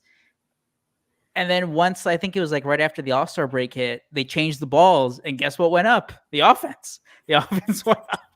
Like, are they doing that again? Like what? But like that's the thing. Last year they announced it. They made it known. They made it public. It's like, hey, we are experimenting with these balls. They should help out pitchers. So when you're trying to analyze, know that. I don't think I read that this year, but it kind of seems like the same thing is happening. Right. And like that AA rotation it's for the White Sox, like, that's why they all have like a 1 ERA. Well, the Birmingham rotation right now is killing it, and it's something to keep an eye on. That's for sure. I mean, I don't know. And then that's the thing, because like even when guys get even the good pitchers who get to AAA, and it doesn't matter what year this is, those hitting environments are fucking insane. Where like a good pitcher at AAA has like a 4 ERA. Yeah, even your boy Paul Skeens was getting touched up a little bit in AAA. So like people were kind of like minor league baseball, man, trying to analyze. Yeah, unless you're watching almost like every inning, which who the hell has time for that? It's people were even saying like before they brought Paul up, they were like, "Oh, I don't know. Do you think he's ready? Like he's getting touched up a little bit." Yeah, he's ready, folks. Dude, I can say with the utmost certainty that Paul Skeens is going to terrorize the NL Central for the next decade. There are a couple people who said it, but they were funny. And like, yes, Cubs fans, myself included, were fucking butthurt. But there were good tweets. They're like, laugh it up now, Pirates fans, because the next time you see Paul Skeens pitching in the playoffs, it's going to be for the Yankees in 2027. Or the Astros. Yeah, just like Garrett Cole. Yeah. Yep. All their pitchers, dude. Glasnow, he used to be with them. Oh, I forgot Glasnow was there. Yeah. I mean, Taillon has been with to the playoffs after he left with the Yankees, I think. But yeah, no, they've had like other guys who were pretty good, and then they lost them all. Charlie Morton, who is now with the Braves, has been with the Braves for a bit. He used to be with Pittsburgh. Yeah, no. League wide though, Zoe. Well, this is away from like the AA discussion, like how the offense is bad there. MLB baseball, dude, guys are hitting like 230. Like league average is like in the 230s. Like it feels like jokingly, we got to bring back steroids, juice ball, something. I feel like we're back to almost like an all or nothing approach. Like there's not too many guys in the league right now that are just trying to like poke it through I thought the shifting rules, I thought that was supposed to fix it. Guys weren't going to be right. But then you see guys getting these ridiculous contracts, and it's because they're power hitters. Do you think pitchers are too good now? No. I mean, they're very good. They're the best they've ever been, but I think it'll even out. Follow up, though. And this started like a decade ago, I feel like now. Starting pitchers are only going, 5-6 innings. And then these teams, like team after, not the Cubs, but team after team, or the White Sox either, but you got like 4 or 5 relievers who come in and have just like the filthiest stuff you've ever seen. Right. They come in for an inning and throw their arm off, and they're throwing 105 miles an hour. So like, and we're seeing more and more of it. Managers are not letting the starting pitchers face the lineup the third time because they know it's historical. It doesn't. I think it was Joe Sheehan who posted it. It's like, it doesn't matter if you're talking about 1970s baseball, 1990s baseball, 2024. Pitchers have always sucked a lot more when they face a batter the third time. Right. Now we just have a lot more evidence of that, and baseball teams are now getting smarter, and they're like, okay, we're not going to let that happen as much anymore because we have 4 guys that we can bring in who throw 102, have a 93-mile-per-hour slider, and teams are only going to hit like 115 off of them.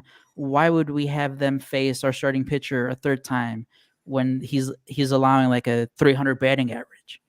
And like that, I think that's the root of why hitters or hitting is just awful. It's awful.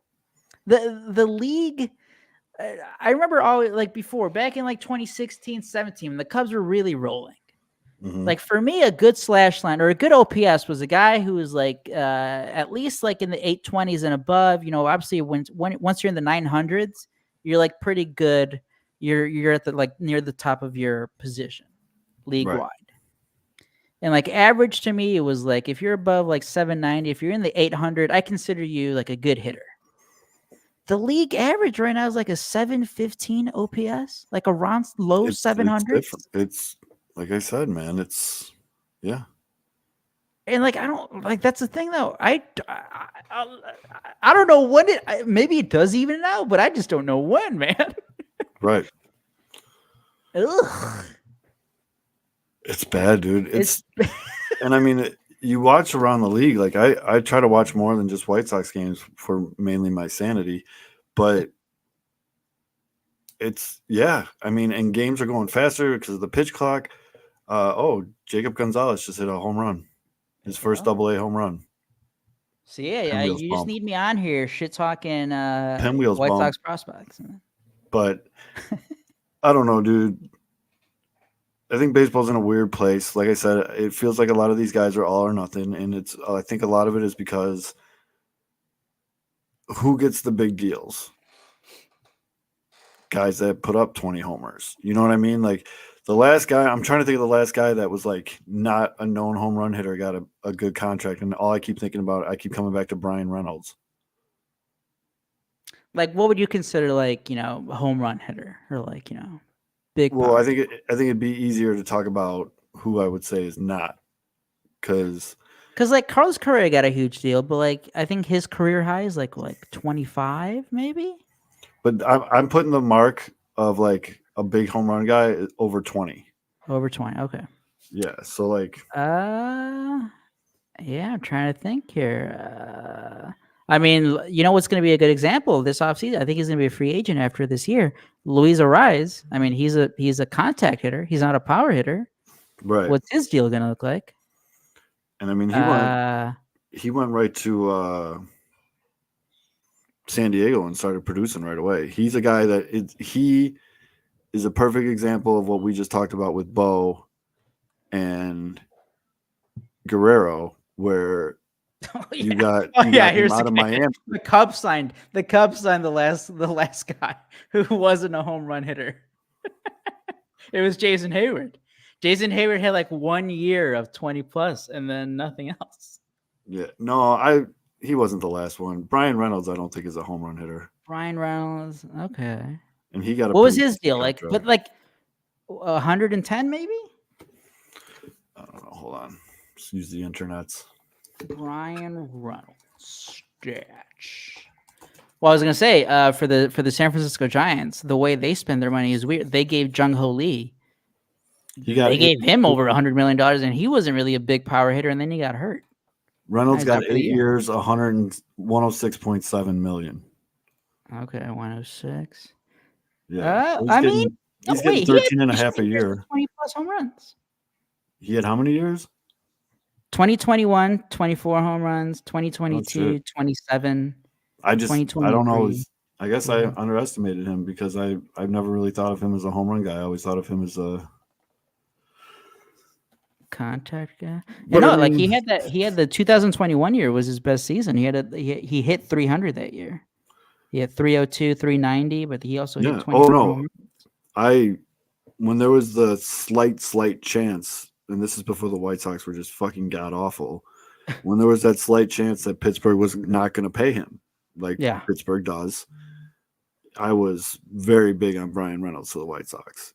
I want guys, you want guys like that on your team. Like, who doesn't? I mean, that's like the most obvious thing in the world. But I feel like you get a lot of these now that guys like Javi Baez have a big season with power numbers and gets big money and then disappears. Like, I feel like we're seeing this more and more. And it's just, unfortunately, some of these guys are falling off before they even get the big paper. Like, the White Sox are a perfect example. Eloy fell off. TA fell off. Yoan's fallen off. Like, all these guys are falling off before they get that big paper contract. And you're gonna have to get that. You're gonna get that Shaq meme ready for Andrew Vaughn in a couple of years. The way he's going. Andrew Vaughn's terrible, man. I mean, it's just, I'm so done with these. It's You guys want Matt Mervis, a real power hitter? I don't want anyone. I just want them to start bringing kids up.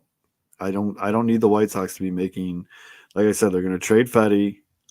Okay. They're going to trade Pham. Got it. Get who you can get back for that, whatever. If you can get a good return for Kopech, pull the trigger. You know what I mean? Like, and that's the only moves I need them to make. Other than that, I want to see what's going on with these kids that are somewhat major league ready.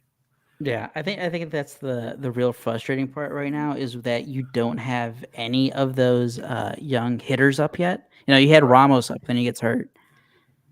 But like besides Colson Montgomery, like there's not like that other like position player, right? Oh, the catchers, right? Well, you still have Lee up there, so that's okay. That's something. But I guess Cuero would be the next guy after that, like that next wave after Montgomery. Right. So you get Cuero up, and you just get rid of Maldonado. Bring Ramos back up. I mean, Jacob Gonzalez is at least a year away. You can't take playing time away from the Naperville legend, Nicky Lopez. Right.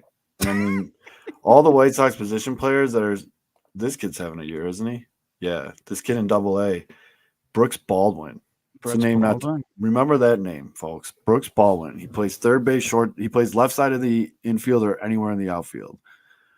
Right now in Birmingham, Double-A, in 37 games, so 138 at-bats, this is his slash line in arguably one of the hardest parks in all of baseball to hit in. 355, 438, 471 with an OPS of 909. Woo! 49 hits, 10 of them are doubles. Only 2 home runs, 21 RBIs, 19 walks to 26 strikeouts, and 10 stolen bases. How old is Brooks? Brooks can't drink legally. Is great. I take that back. I was looking at the wrong kid. He is 23. Might be time to give Brooks a shot. I was going to say, maybe it's time for Brooks to get a new challenge somewhere else. Might be time to give Brooks a shot. Holy shit, folks. You like my shirt? I do. Oh, hell yeah. Raise hell, praise Dale, baby. Mitch, quick question. I saw the highlights of the fight. I saw the NASCAR account tweeting it like nonstop this week. Hold on, real quick. Find the guy that caused. Why did they find the guys? Yeah, it was so stupid. It is so stupid. They're gonna promote. It's like the same argument with the Tim Anderson bat flip thing. Like, you're gonna promote it, and that's gonna be shown every year now around when the All-Star race happens to hype it up. And then they find the guy 75,000. It was dumb as fuck. Yeah, you know, the funny thing is, too, it would never have happened. That Ricky Stenhouse would have just went home. But the way that track is, because it's this dump in North Wilkesboro, that it's actually kind of cool. They like that track was like closed down for like a decade, and then they just revived it and brought it back last year because it was considered a historical landmark at one point. And but they weren't running any races there. It was all dilapidated. So they brought it back. But on the infield there, once the race starts, they close the gates, so you can't get out. So he was just sitting in the infield after getting wrecked on lap 2, fuming.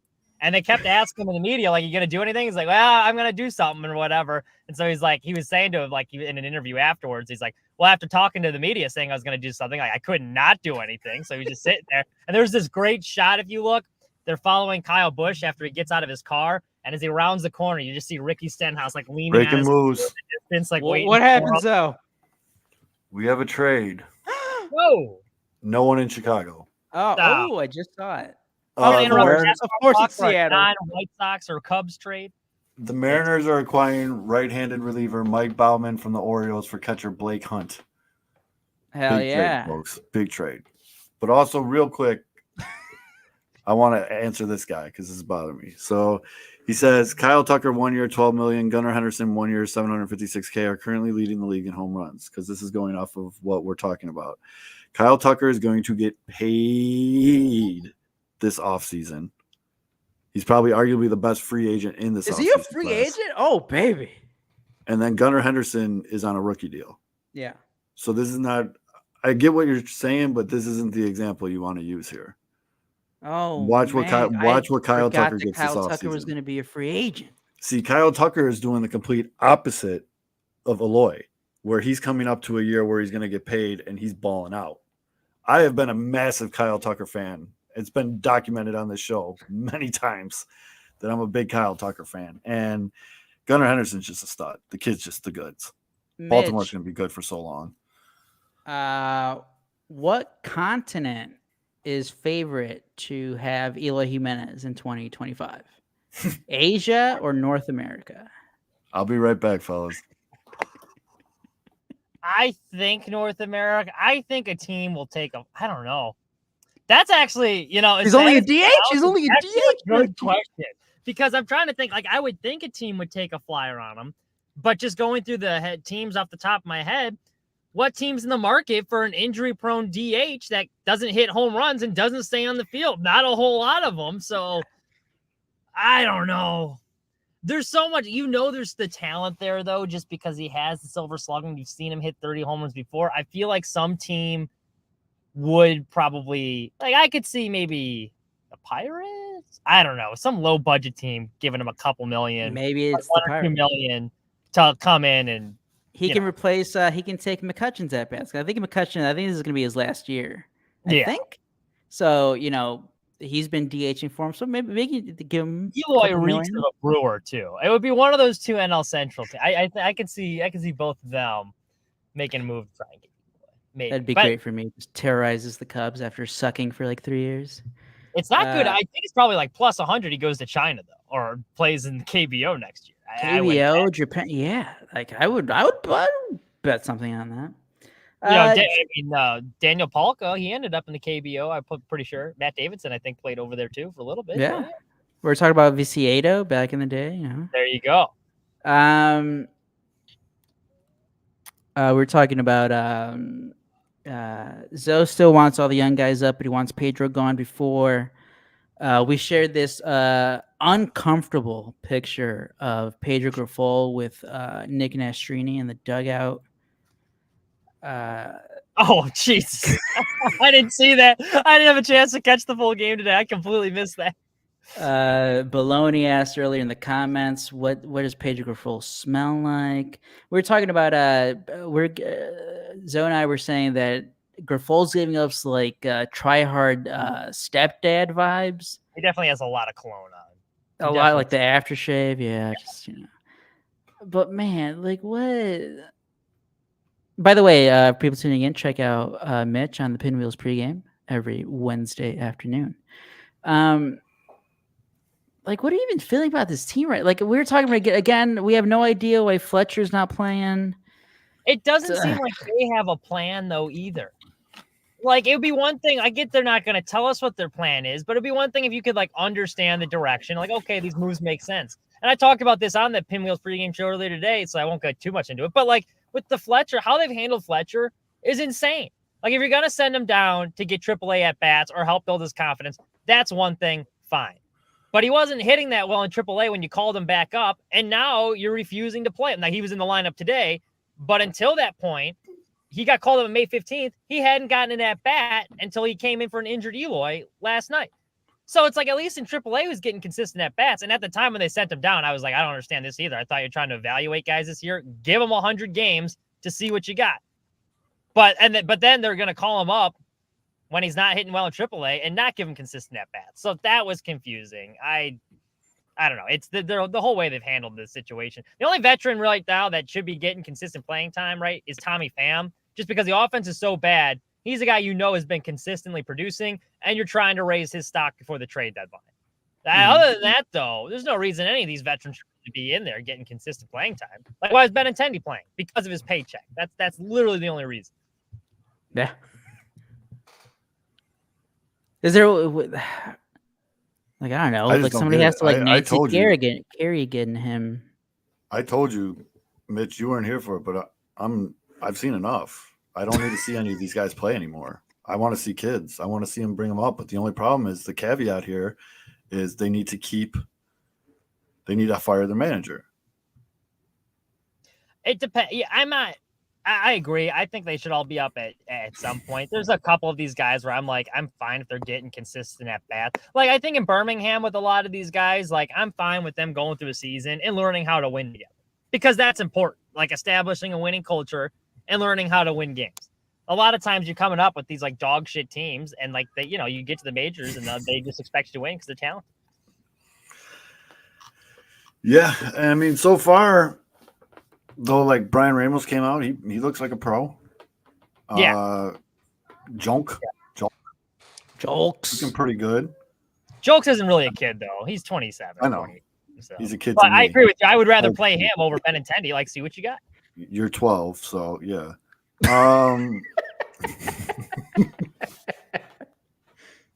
Yeah, Mitch, what would you, because what are you, 24, 25?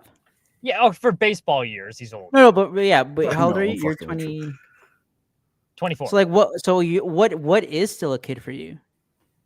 Like, who would you baseball call a kid? Terms. Like, is do you consider anyone who's your age still a kid in baseball? Over 25. Like, if you're like 26, 27, then you're probably like, you should be Brown MLB. So I think wait, you're no longer a kid. Is Colson Montgomery a kid to you? He's 22. Yeah, he's a kid. Okay, he's a kid. Give me someone. Jake Eater. Is he a kid? He's 25. He's right on the border. He's still a kid. He's on the border. Okay. Once you cross the 26 threshold, then I don't know if you're, unless you haven't gotten called up. I think I have a new guy in the minor leagues that I want to see up. I want to see Brooks Baldwin up. Okay. Do you see what this kid's? I said he's a kid to you. Oh, I guess he's still a kid to you. He's 23. Yeah, he's a kid. He plays both positions on the left side of the infield, and he can play every outfield position. He's been in Birmingham this entire season, Mitch, and his slash line is 355, 438, 471 with a 909 OPS, and that's in 138 at bats. That's not five. Yeah, that's a season, man. Like, give this kid a shot. I started looking at some of the Barons players because I listened to a podcast with their manager Sergio Santos, former White Sox closer, who by the way, like, that guy, he gets it. Like, he's a good manager. I really like his mentality. But like, he was kind of talking about some of these guys that got down there, and you're right. Like, you go across the board, they have a lot of exciting players down there. Like, the pitching is really damn good. Thorpe's been tearing it up. Yes. In the minors. Yes. I know he just got called. That he's been fantastic. And then they got this like speedy kid that only hits like these like slap hits, and he just like beats them all out.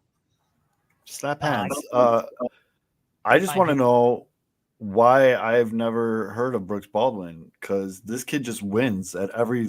First of all, he's a switch hitter. What are we doing here? Get this kid up. Throws righty, switch hitter, versatile, 6'2", 175 pounds. But every level this kid has played at, he wins. He was the Colonial Athletic Association Player of the Year at UNC Wilmington. His dad won it at Clemson, Player of the Year. I'd agree. Brooks further helped his cause before the 2022 draft by batting .361 by playing 7 positions in the Cape Cod League. There you go. Promoting the White Sox to select him in the 12th round. He quickly became the organization favorite with his intensity. This dude screams Pedro Grifol. Where is this guy at? With his intensity, and hit .269, .349, .460 with 15 homers and 22 steals between class low A and high A in his first pro season last year. He's a switch hitter, and he's better he's more proficient and better when he bats from the left side. He constantly takes quality at bats, working counts, making line drive contact. He's not loaded with strength or bat speed, but has the hitting ability to tap into the most of his fringy to average raw power. I want this kid up. Sign me up. I want him up. With you.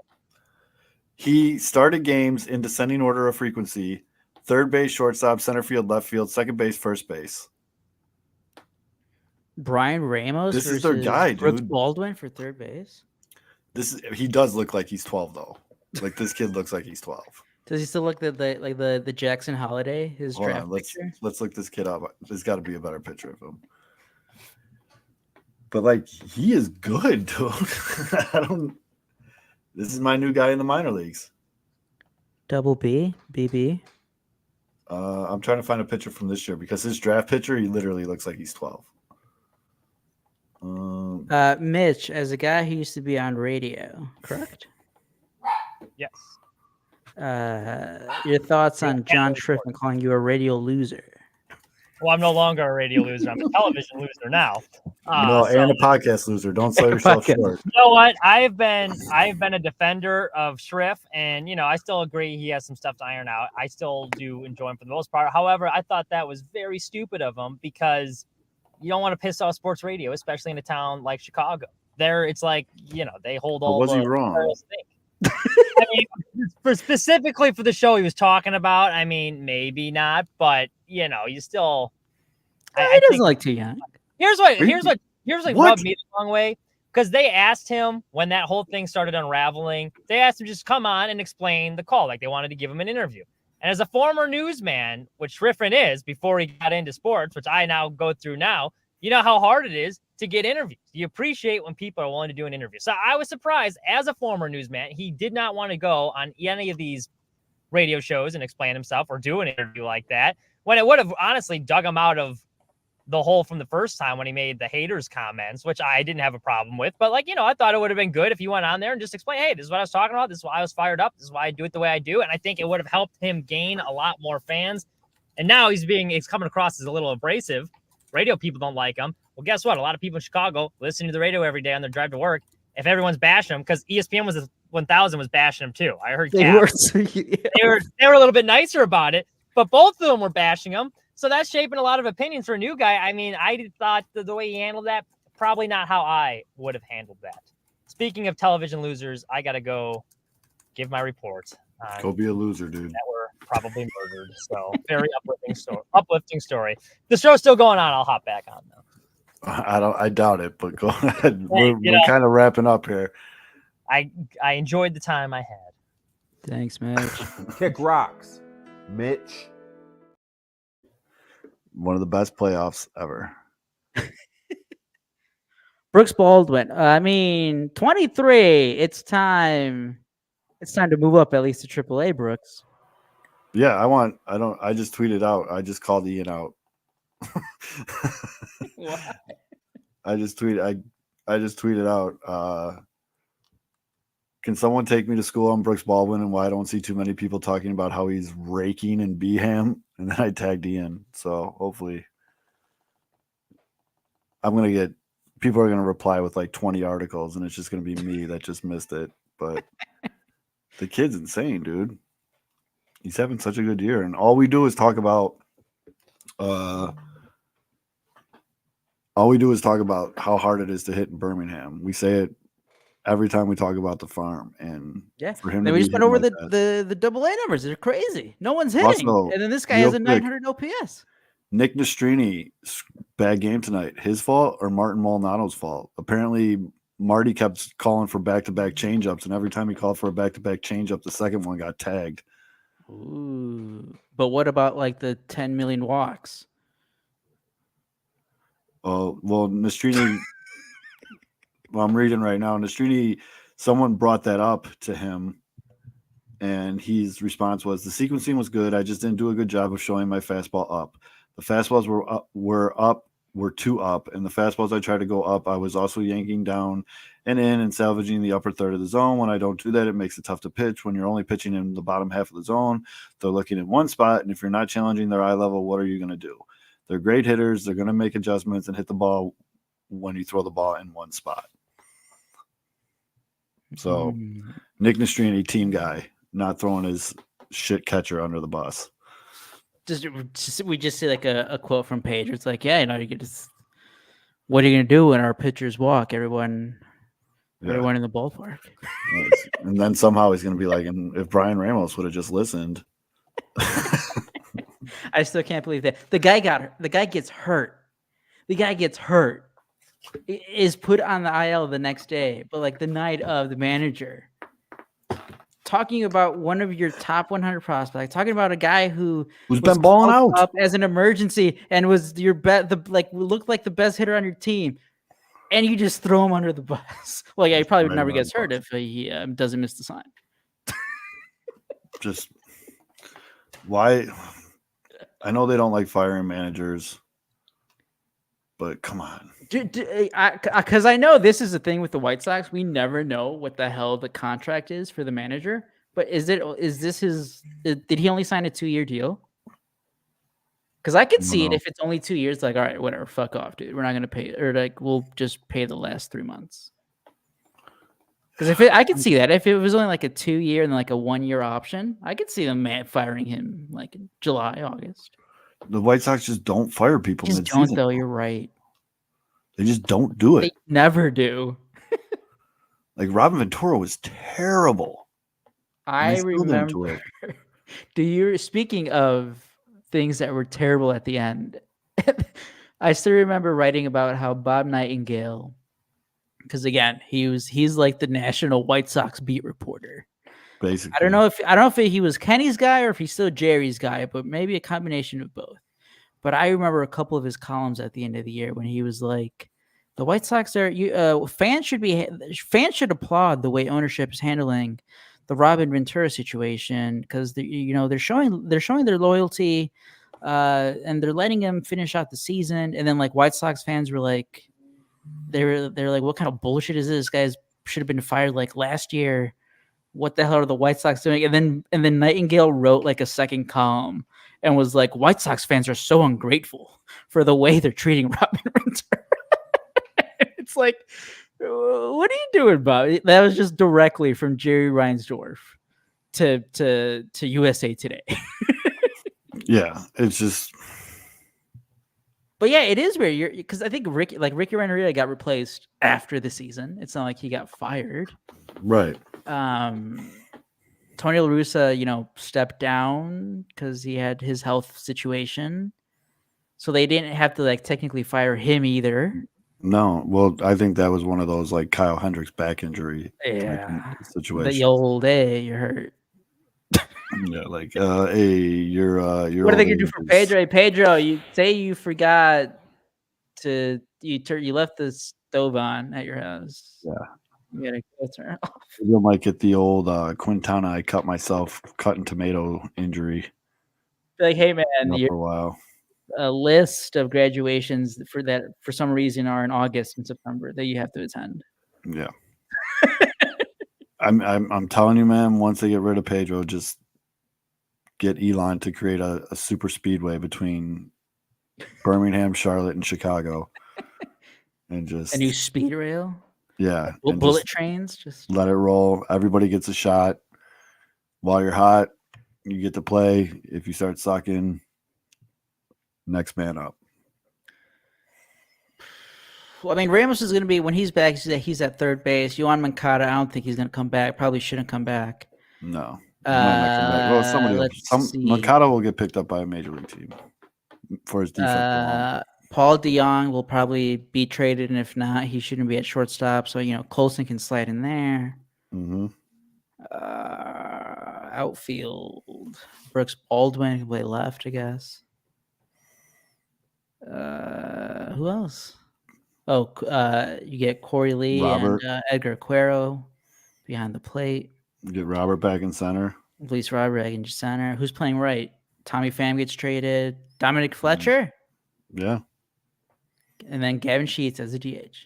And then you bring up, you let Thorpe get a couple games on the hill. Ariarte, let him throw a couple games.